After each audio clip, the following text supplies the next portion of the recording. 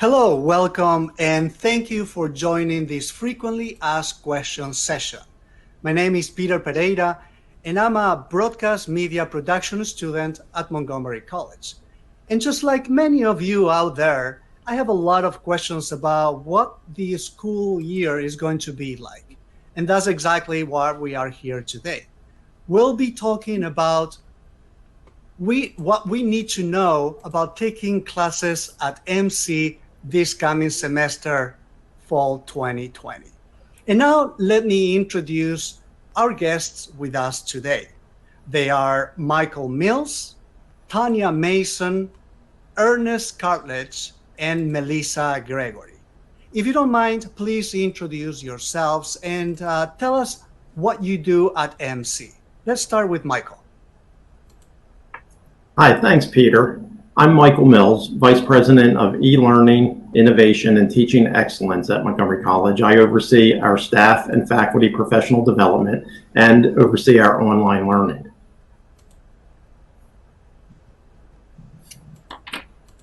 Hi, Peter. I'm Tanya Mason, and I am the College-wide Dean for Student Success and Rockville Student Affairs. And I am responsible for a number of offices on campus, including counseling, disability support services, the Combat to College program for veterans, also the first year experience. We also have a federal grant called the Student Support Services TRIO program. But I am also responsible for other student affairs offices on my home campus at Rockville. Thank you, Tanya. Good afternoon, Peter. I'm Ernest Cartledge, Director of Records and Registration and College Registrar. I'm responsible for areas such as registration, course scheduling, degree evaluation, and veteran certification.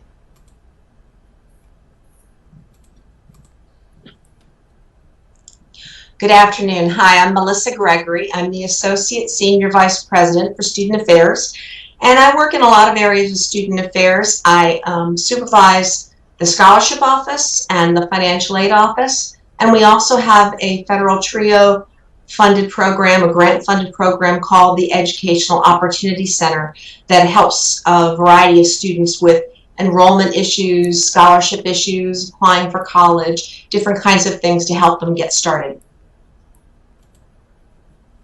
All right, great. It looks like we have a rock star lineup for today's frequently asked questions session. So just as a reminder for everybody, we want to hear your questions. So since we are going live, please go to the comment section of whichever platform you're using to watch us and post your questions. We'll do our best to answer them.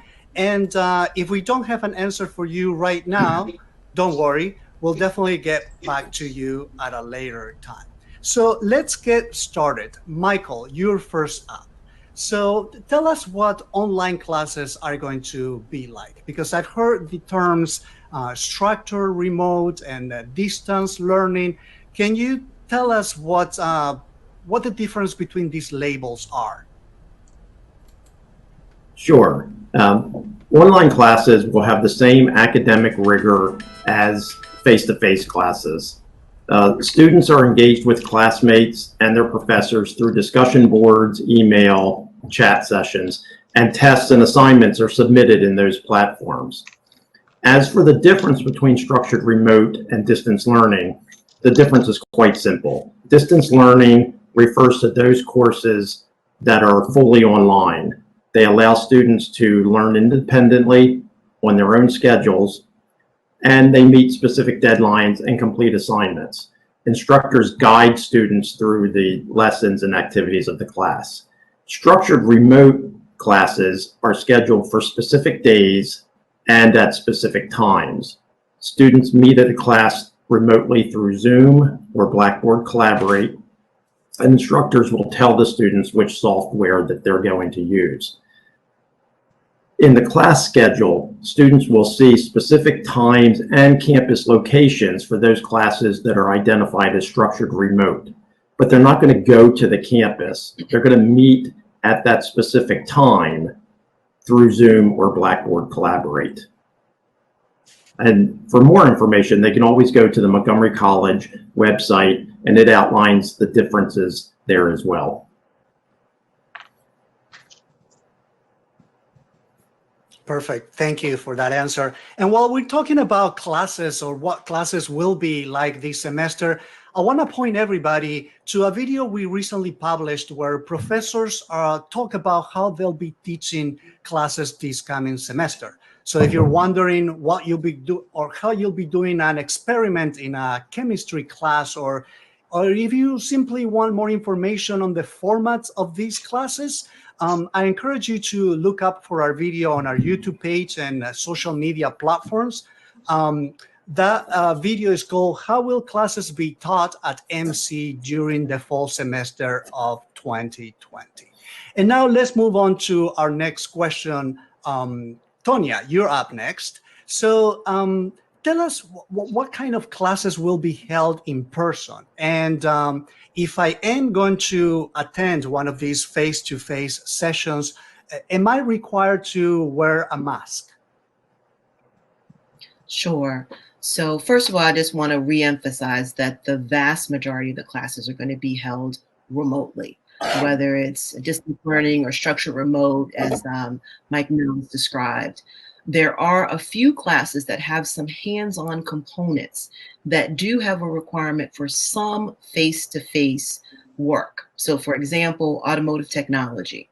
So there will be some selected times and dates that the faculty members will communicate to students when they are scheduled to come physically to campus. But again, the vast majority of that work will be done remotely. In the schedule, it will show which classes have this potential component. So things like I said, automotive technology, some of the health science classes where again, they have some more hands-on work, some other labs that have hands-on work.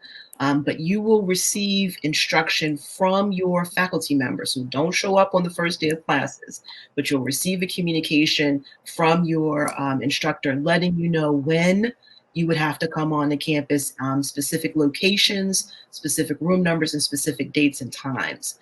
As far as the masks, yes, we will make sure that we're enforcing all social distancing requirements. And again, your faculty member will let you know what is expected of you, but when you are on campus, you will be required to have some kind of face covering on. Again, the details of which, depending on the kind of class you have, that information should be shared with your faculty member.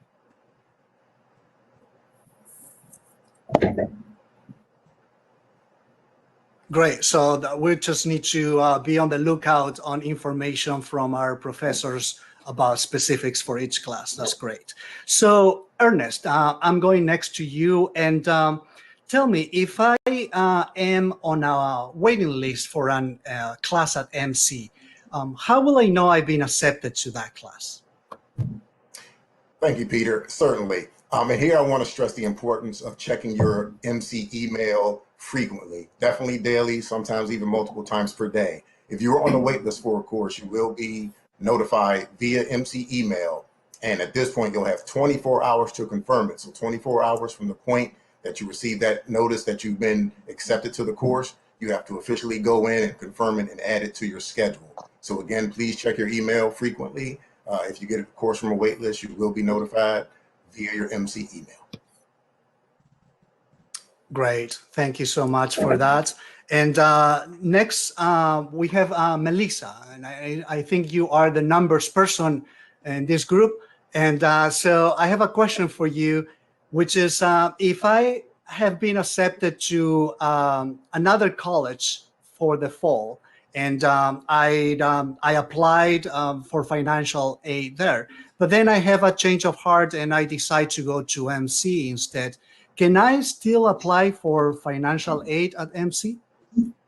Oh, absolutely, you can do that. We have a lot of students in that situation. So if you did your free application for federal student aid and you had it sent to another school and you finished the process with them, but now you've made a change in your decision and you want to come to Montgomery College, it's very easy to go out to the federal site at FAFSA.gov, that's FAFSA.gov, and add the school code for Montgomery College, which is 0069 91100. And then in a few days, we get your results and we can start working on it. And you'll know when we receive it, because when you're admitted to MC, we use a portal, My MC. And you go out there and there's a tab for financial aid. And when you click it, right in the middle of the page, everything we need from you is going to be there. And we'll be able to start processing financial aid for you. So it's certainly possible for us to make that change. The financial aid you're getting from another school doesn't necessarily transfer to Montgomery College. Some things will be the same. For example, if you were eligible for a Pell Grant, you'll be able to get it at Montgomery College too. But we'll ask for other documentation, other forms from you, and it's all going to be out on that portal. So if it's something that you're considering, you should do it right away because school will be starting soon. Great, thank you. And let me piggyback on that since we already are getting a number of questions. Thank you everybody for watching.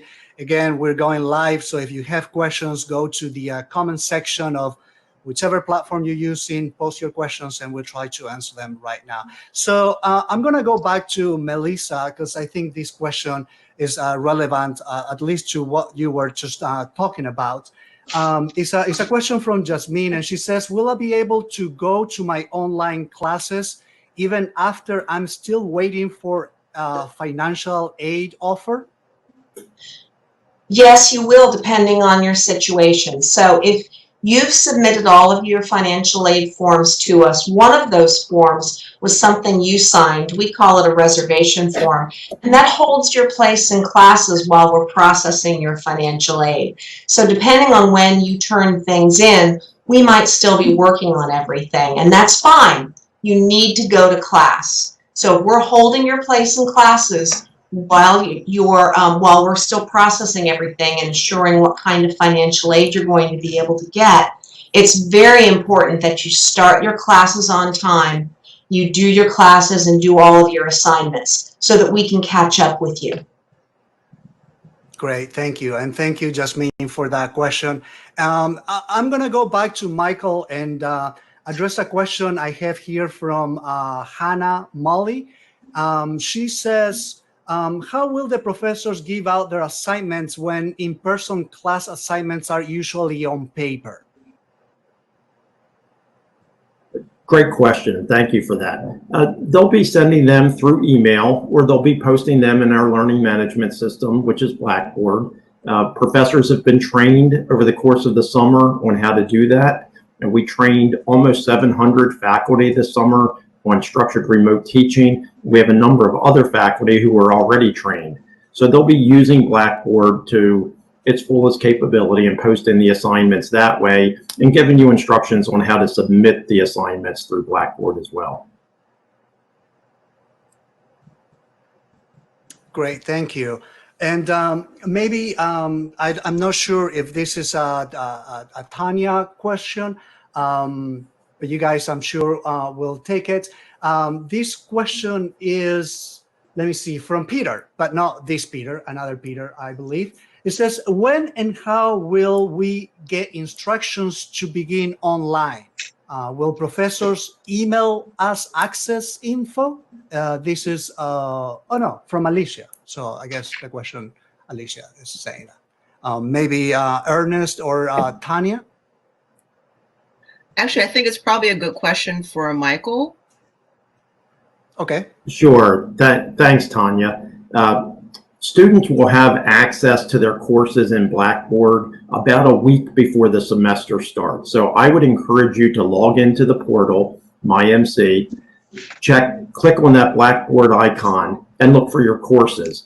Faculty will post instructions there on how to access either Zoom or Blackboard Collaborate.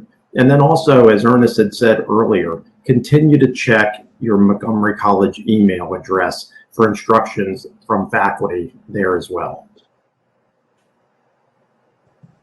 Perfect. Yeah, I think we answered a question also from TDW, who was saying that he or she can't see any of her classes on Blackboard yet. So just be on the lookout for emails, and you'll get those answers from your professors in due time.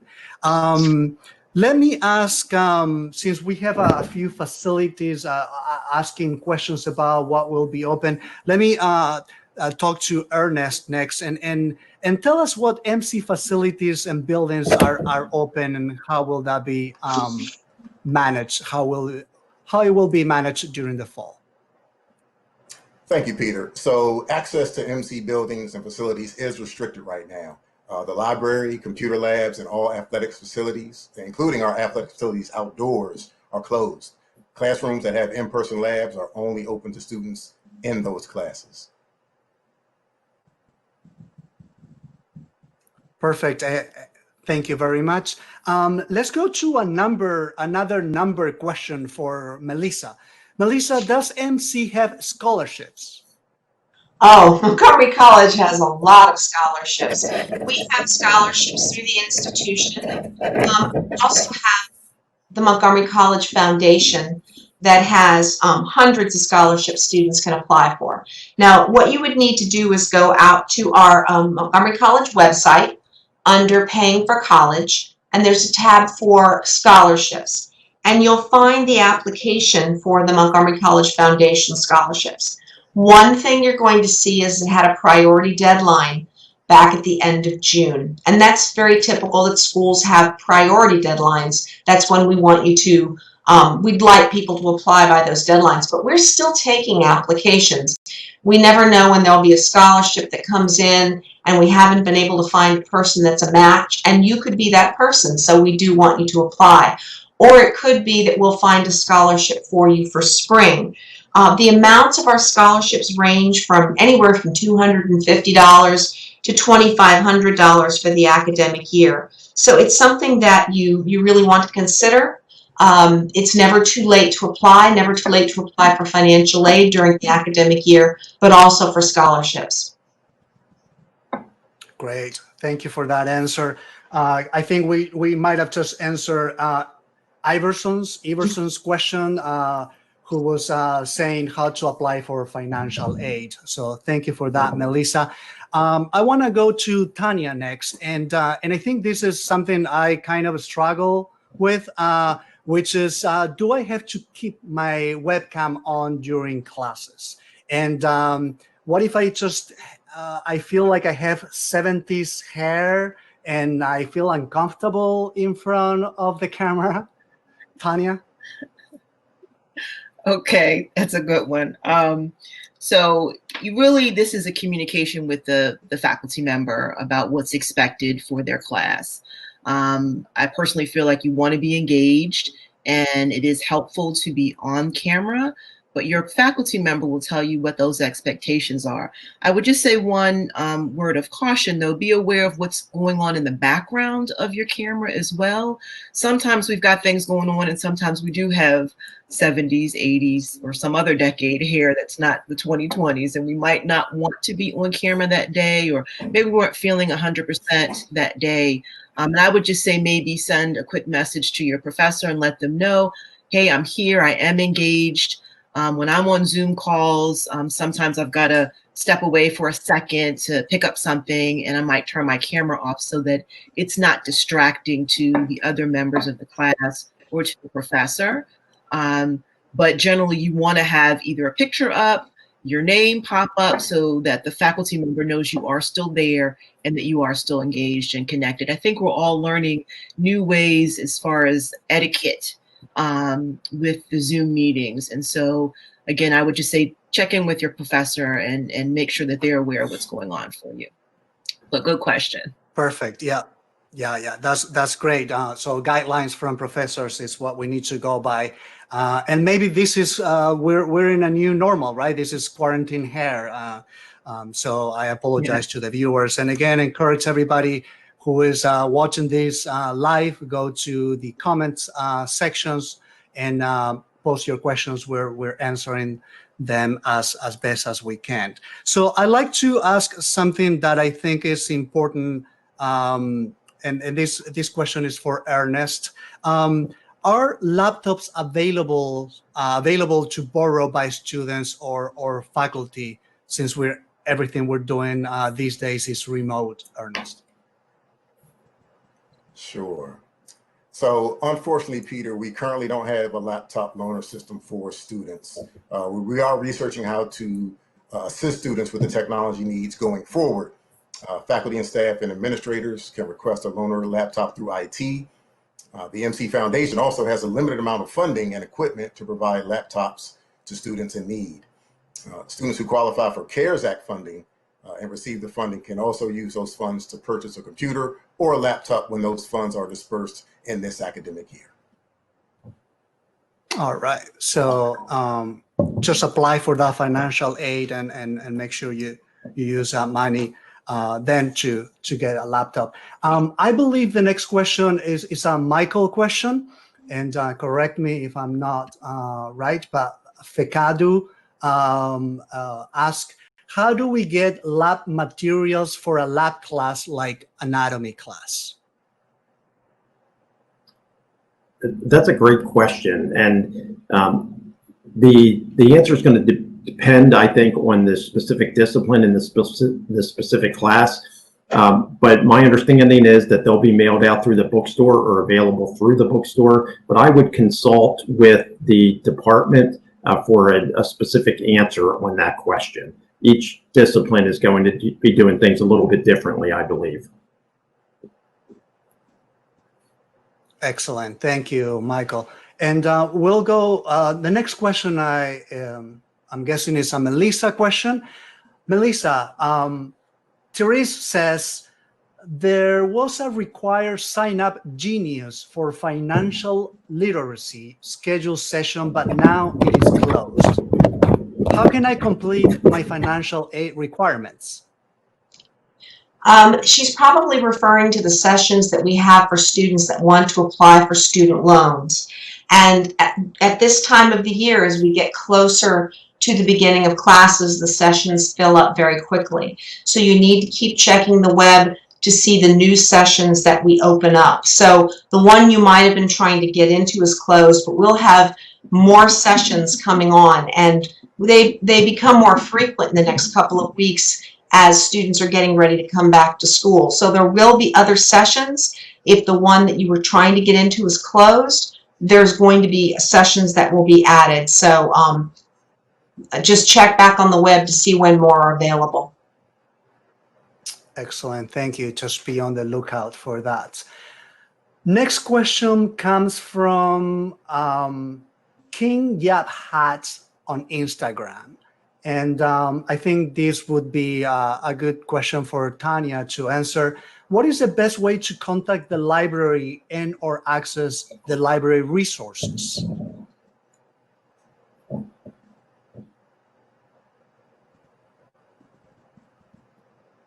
We're having a little bit of a difficulty with, hold on one second, Tanya, we can't hear you. Oh, there we go.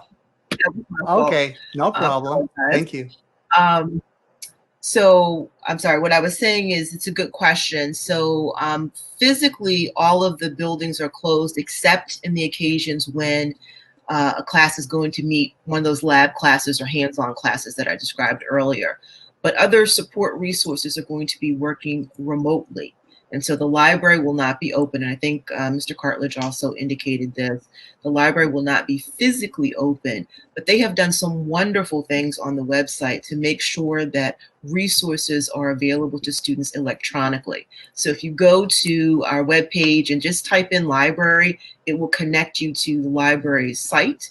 And there you can find access to all sorts of things. I think one of the I don't work for the libraries, but one of the fantastic things about them is that they had already, prior to the coronavirus and our move to remote work, they'd already moved a lot of resources online to make them readily accessible to students 24/7. And so they've got some great links there. So I would say go to that website and see what's available to you.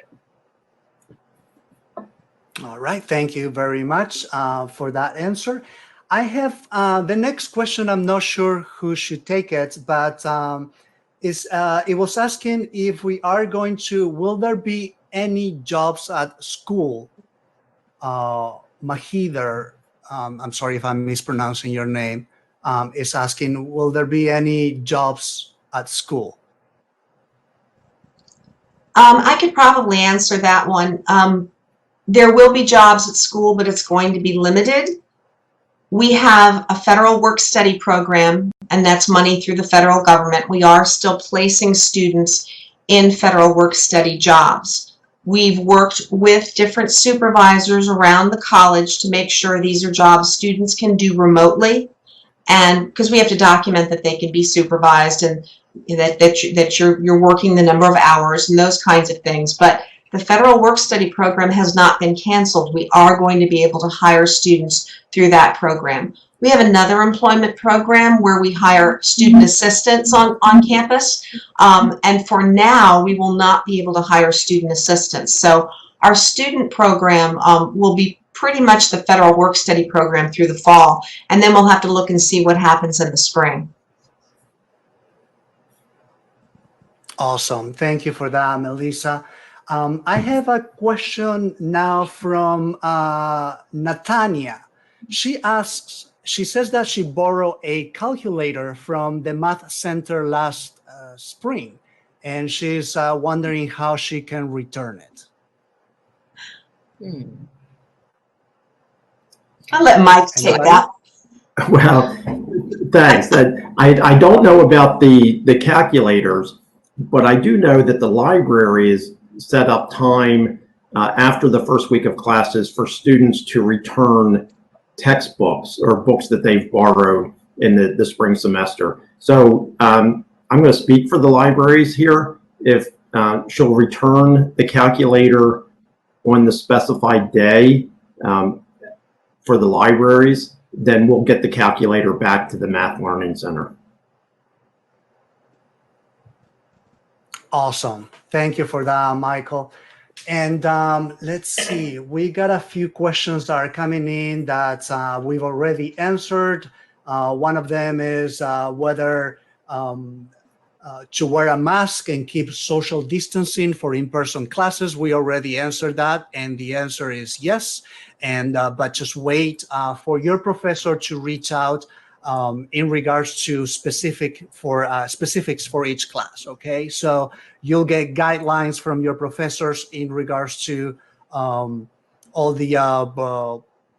these safeguards to put in place.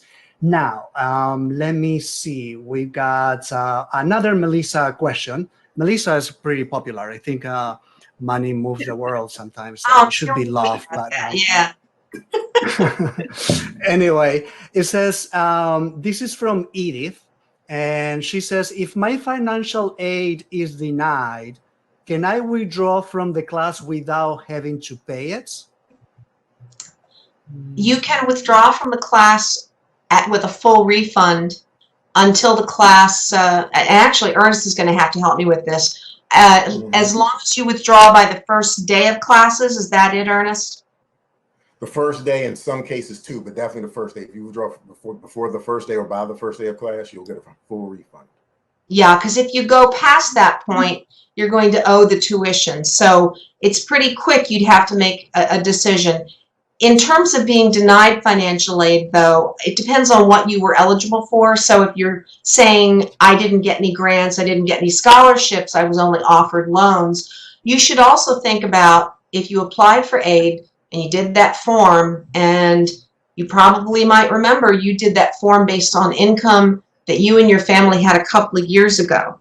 If things have changed and your income has changed and your situation has changed, you need to talk to us and give us information about that. I know that's really challenging right now because the phones are very, very busy. And of course, our offices and front counters are not physically open, but we have doubled the number of people on the phone.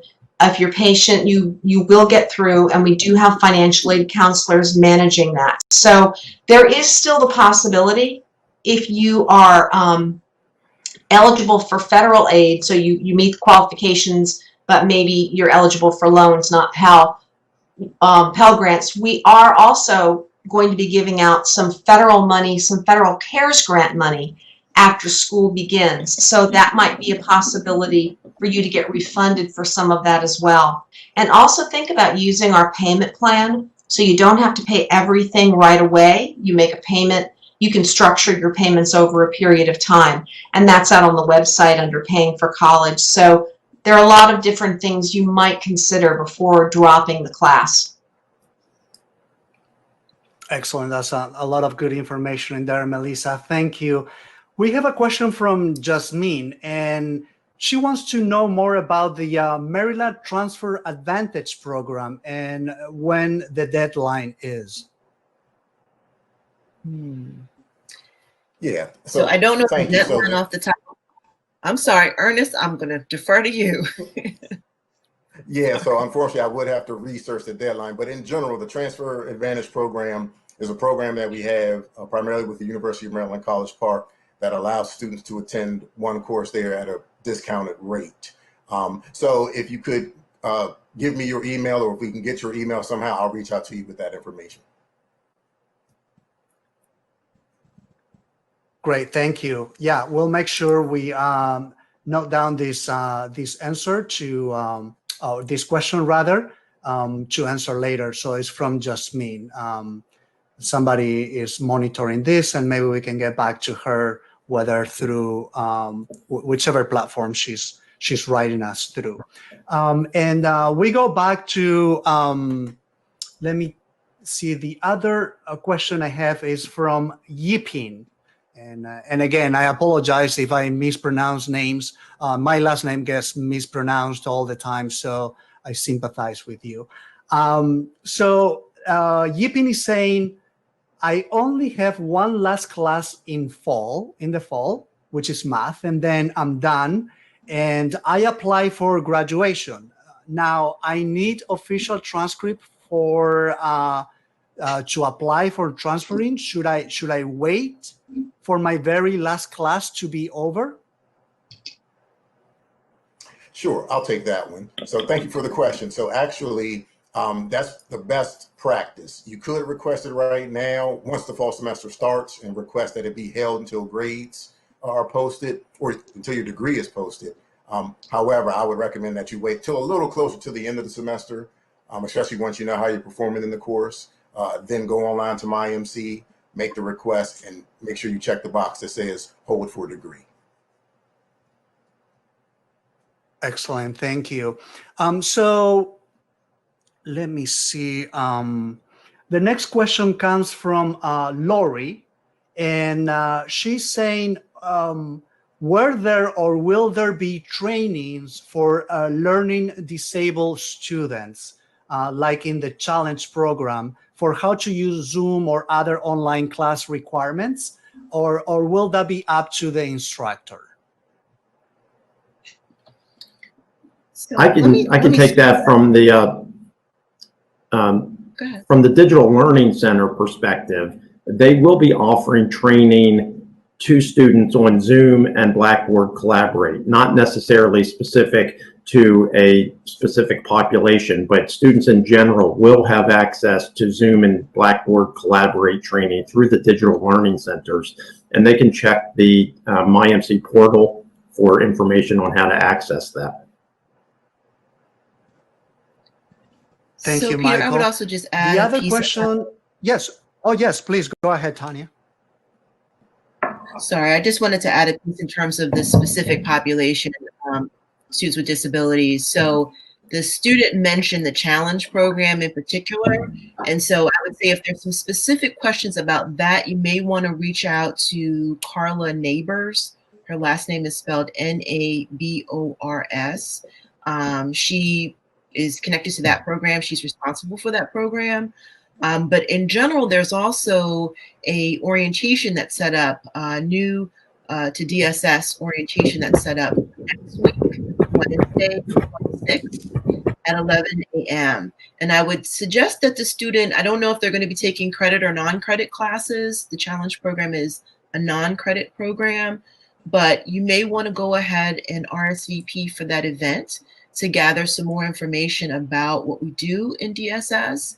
You do need to RSVP. So you would go to the Montgomery College website, type in DSS, and then when you go to that web page, you will see some information.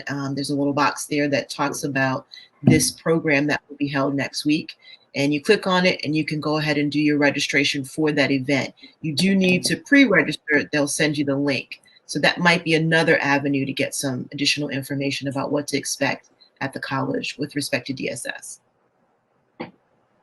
Great, thank you for adding that. So the name of the person is Carla Neighbors, right? That's for the challenge program that you mentioned. So that's for you, Lori. Next question is from Daniela, and she says, I received a scholarship from an outside organization, and I just requested they send us, they sent a sponsor authorization to Montgomery College. Do I have to inform the financial aid office of my award? Well, actually, outside checks from other organizations for scholarships are handled through our business services office. You can email the scholarship office and let them know you're receiving this scholarship, and they'll try to find out if the sponsored billing paperwork got to the business services office so that they're aware that they're going to be posting this. Also, if you could leave your name and M number with someone so that we can follow up, because we need to ask folks if they've received that paperwork. If something's coming through the mail right now, it's a little bit slower. We are picking up our mail. We are processing our mail. So we have checks coming in from other organizations and other paperwork that's coming in, but we're not there every day doing it. So if you leave your name, if you give us your M number, we can try to make sure that someone has the connection, and we can find that paperwork. And I also wanted to update on something. Someone else was asking about the financial literacy sessions, and we've switched over to using the Federal Student Aid online financial aid awareness training.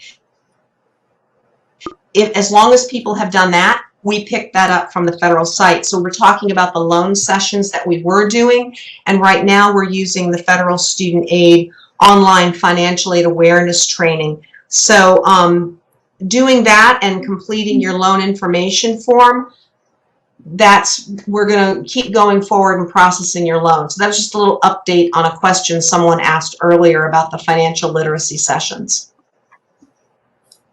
Perfect. Thank you, Melissa. Let me see the next question. So we have a few people, a couple of people. We have Kathleen and also Haha, who are asking about how do they find out or how do they know what materials are needed for their classes? Maybe Michael can help us out? Sure.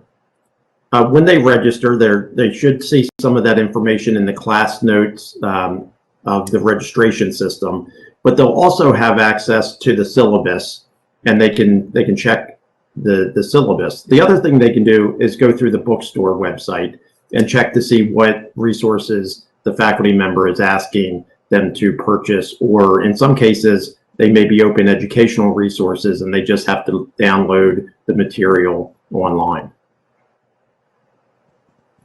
And Michael, since I have you right here, I have a question, kind of a follow-up from Nathania, who's asking if discussion boards will be required for all classes.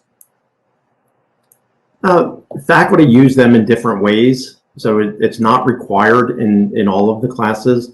Some of the faculty members use them to further engage the students in discussing topics that were covered in a lecture or previous discussion. So not every faculty member uses them to the fullest extent possible. Some use them just to have students introduce themselves, but it's all dependent on the faculty member and the specific class. And you'll get those instructions early on in the semester. Great, thank you, Michael. Tanya, I just want to go back to you for a second because Lori says thank you for that information we gave on the challenge program, and she says if we can, well, rather if you can repeat the training dates and times for the students.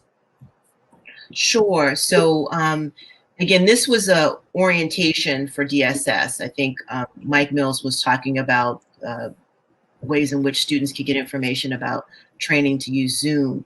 But this was specifically for the Disability Support Services Program.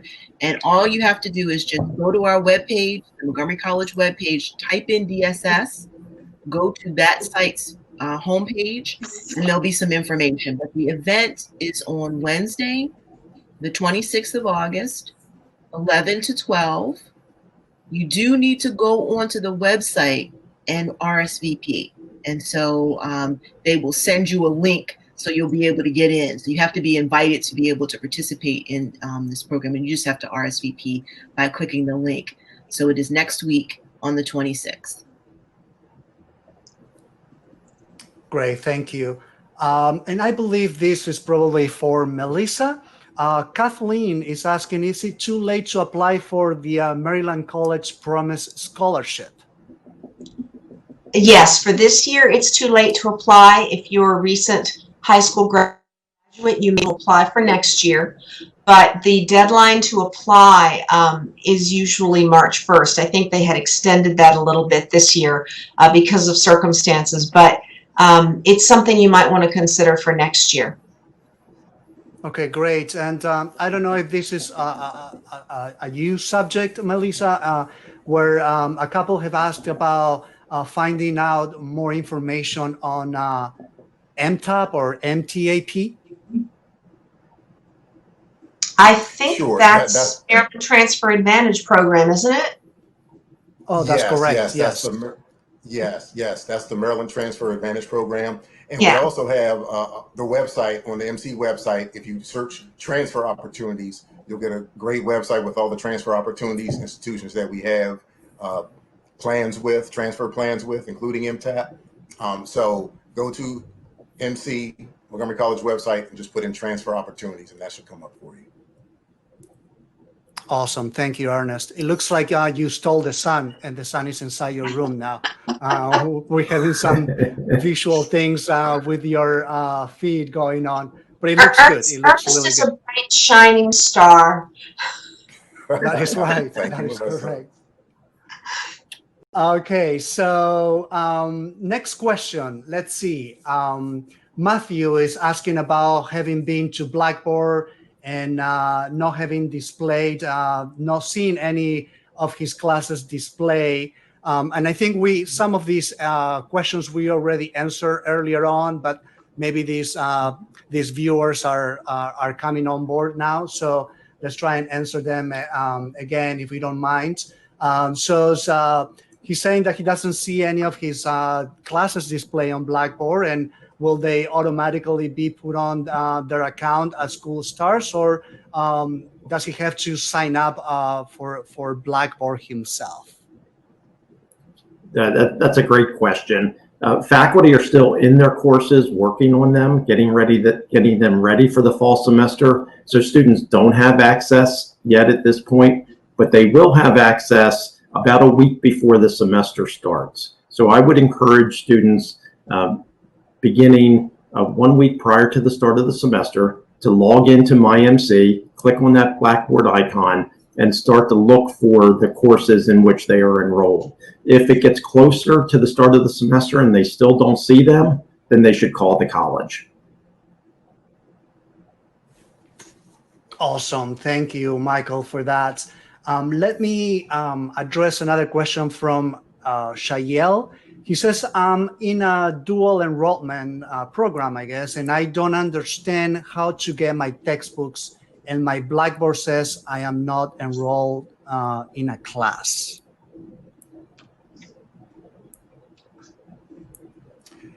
So that goes back to what Mike was just stating. Yeah, that goes back to what Mike was just stating, that faculty members are still working on their courses right now. So that's probably why the student is seeing that. As far as the textbooks, again, if you go to the website and search your course, you'll see the list of books that are necessary there. Or you can, as Mike said as well, search the bookstore website and find your course, and you'll see the textbooks that are required. Great. Thank you, Ernest.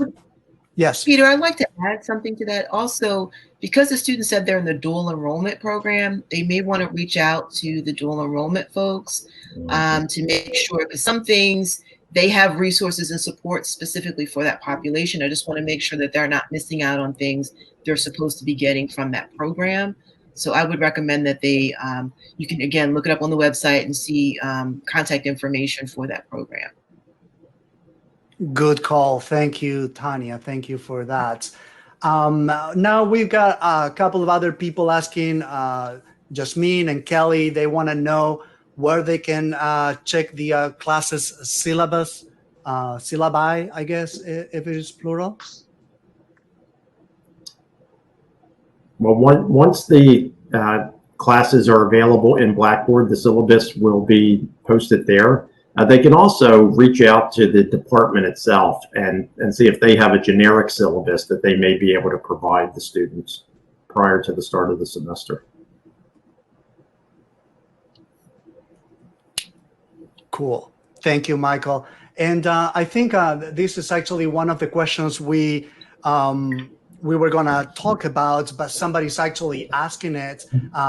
Fecado is saying, last time while I was taking a time-sensitive exam, my internet kind of acted up and got disconnected, and I didn't finish my exam. Then I got a bad grade. And how can I manage this for the future? I would encourage students to check the Montgomery College Foundation website. There's a list there of a number of affordable internet provider solutions. One, for example, is offering students who qualify $10 a month of internet access. So I would check the Montgomery College Foundation website for that information for reliable internet providers. Thank you. So there you have it. Let me see. Next, we've got a question from Sarah. She says, I registered for an English 101 course a little late, like last week, and now I'm waiting to be notified to complete additional steps. Is it likely for them not to enroll me because I registered late? So I'll take that one. So no, if you're officially registered, and we're talking about for the fall semester, you should be fine. If it's officially on your schedule and you were able to get into it with no problem, you should be fine. Again, check your email daily. Maybe you missed what they may have sent you already, but if they're asking for any additional steps such as assessment or what have you, you should be okay if you are officially in the course. If you were saying you're requesting permission for the course, that's a different subject. But again, if you are in the course, it's on your schedule, you should be fine. Great. Thank you for that, Ernest. And Jasmine says, I really benefited and enjoy structured remote courses this summer semester. That's great. As a working adult, I benefit greatly from the convenience. Will this option stay in place after COVID versus online option? Oh, that's music to Michael's ears. So, right. So we continue to expand our fully online course offerings. And one of the things that we're looking at post-COVID is how do we take this structured remote teaching and make it more of a permanent type of modality and course delivery method for students. So it is something that's on our radar, and we hear what you're saying about the convenience. Thank you for that. And Idali was asking in Spanish, ¿cómo hace para inscribirse? And I'm going to go off a little bit of script here and tell Idali que el próximo martes a las 2 de la tarde vamos a estar haciendo la misma sesión de preguntas y respuestas en español. Así que si quieres esperar hasta el martes que viene, te voy a decir exactamente la fecha. El martes que viene es el 25 de agosto. Vamos a estar haciendo la misma sesión en español, así que te veremos entonces. And now back to our regular programming. We have a question from Kiru Bell, who says, I just applied for new student to take a placement test. Is that possible to start class for fall 2020? So I'll take that one. So I'm not sure which placement test the person is talking about, but our assessment centers are not physically open. As we indicated earlier, all of the buildings are closed. So I'm not sure what level of assessment the student is trying to complete. But I would say that we've done a variety of things. First of all, we always still have SAT, ACT scores if you have those scores. We have alternate placements where we'll use high school GPA, high school English and math. We do have an online placement for our math testing. And then for English and those who are second language students who need to assess their English skills, those departments, so the English department and the English language program department are assessing students. And you would want to contact them to find out the steps involved for that. What you need to do, though, is just go to the assessment webpage, and there is a ton of information. Scroll down, and it will show you details about what these alternative assessment forms are and what you have to do to establish them. So without knowing more specific details about you and your individual situation, just a lot of detail is on that site. There's information about math, about English as a second language, and also the chemistry, because there's a placement test for that as well. So I would direct the student to the Assessment Center website.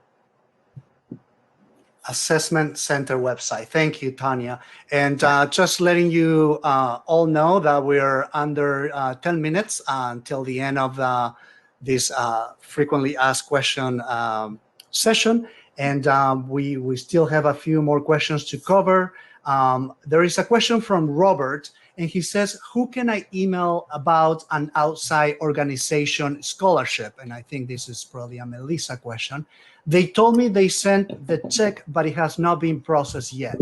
They mailed it 20 days ago. Who can I email about it?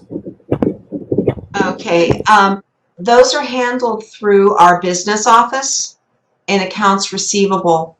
I don't have their email with me, but if you go out to the scholarship page and you want to email our scholarship office, they will forward the information to them. So from outside scholarships, our scholarship office gets involved in terms of making sure you're enrolled and things like that. But the business office actually credits the payment.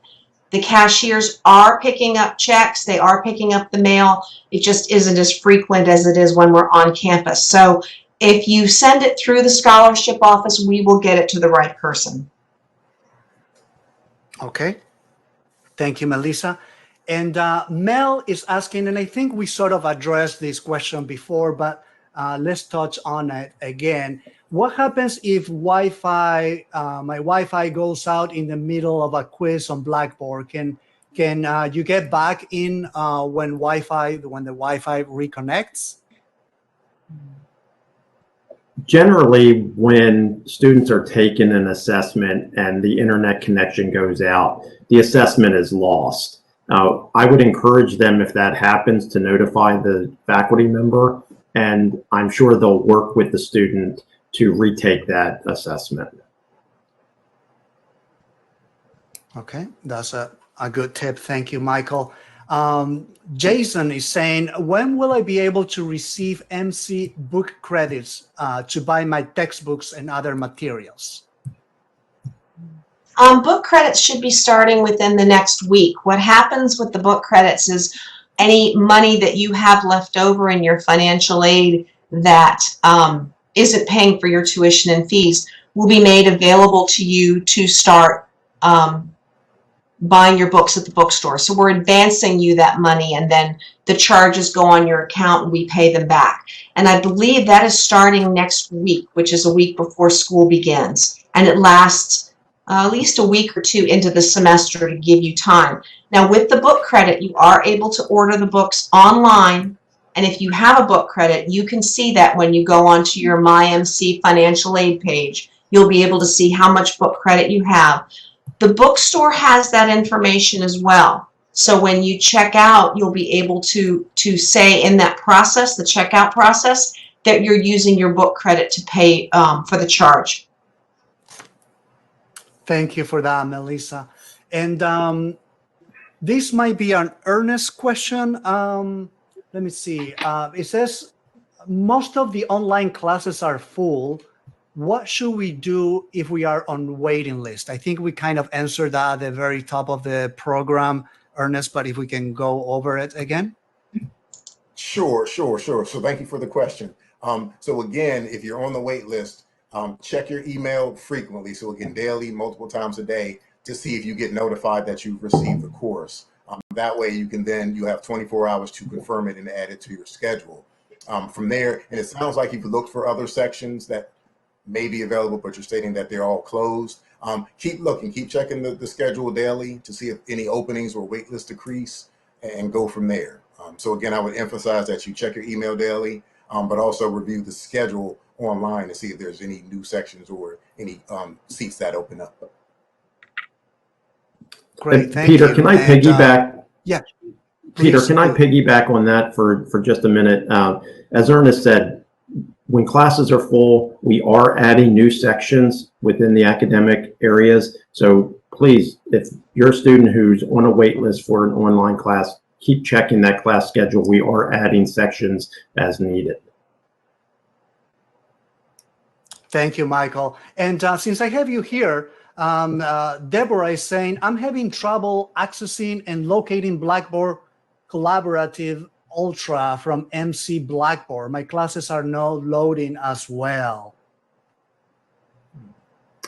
If they're in Blackboard, there should be a link that the faculty members place there for Blackboard Collaborate Ultra. If they're still having trouble, I would encourage them to call the Blackboard Help Desk, and that number is embedded within the Blackboard courses, and they'll help you find that information and get you started. Okay, great, thank you. So check out the Blackboard page to find out their phone number and reach out to them to see if that is something that you need to do.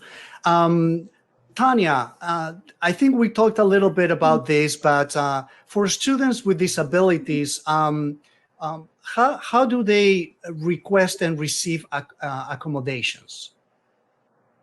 Sure, it's a great question. So one, I would encourage them to go to the orientation I mentioned that will be held next week. But also, when you go to the DSS website, if you scroll down, you'll see information there about how to complete an intake. And an intake is just an opportunity for the student to say, I'm here, I have a documented disability, and I have some materials that I want to share so that the counselor can work with that person and identify what are the accommodations that are appropriate for that individual student. So one of the things I'm super excited about is in the last few years, we have really made some automated features available to students so that they can, from their home, upload that information, that material, that documentation onto the website. Then once it's received, it will be processed, it will be assigned to a counselor, and that DSS, and I keep saying DSS, which stands for Disability Support Services Counselor, will review the documents. They will reach out to the students and schedule a time. Familiar with the way you talk. I need your permission. Oh, sorry. Somebody's photobombing. I see, that wasn't me. So the DSS counselor would then reach out to the student and schedule a time to meet. They will review the documentation, again, determine what are the appropriate accommodations, and then they will create a letter for the student. The student will decide if they want to utilize those supports, if they want to use the accommodations. They would then share that letter with their faculty members. And I say if the student wants to, because some courses may be set up in a way that the student needs accommodations, and some may be set up in a way that the student decides, I really don't need the accommodations for this course. Now that we're pretty much fully online, most students are going to have a consistent way in which they're experiencing education. So just quickly, to submit that information, and the council will work with them. Perfect. we're running out of Well, time. I think that is it. That's all the time that we have today. I want to thank all the viewers for tuning in and watching. We certainly learned a lot of valuable information. Thank you to our guests, and we'll see you next time.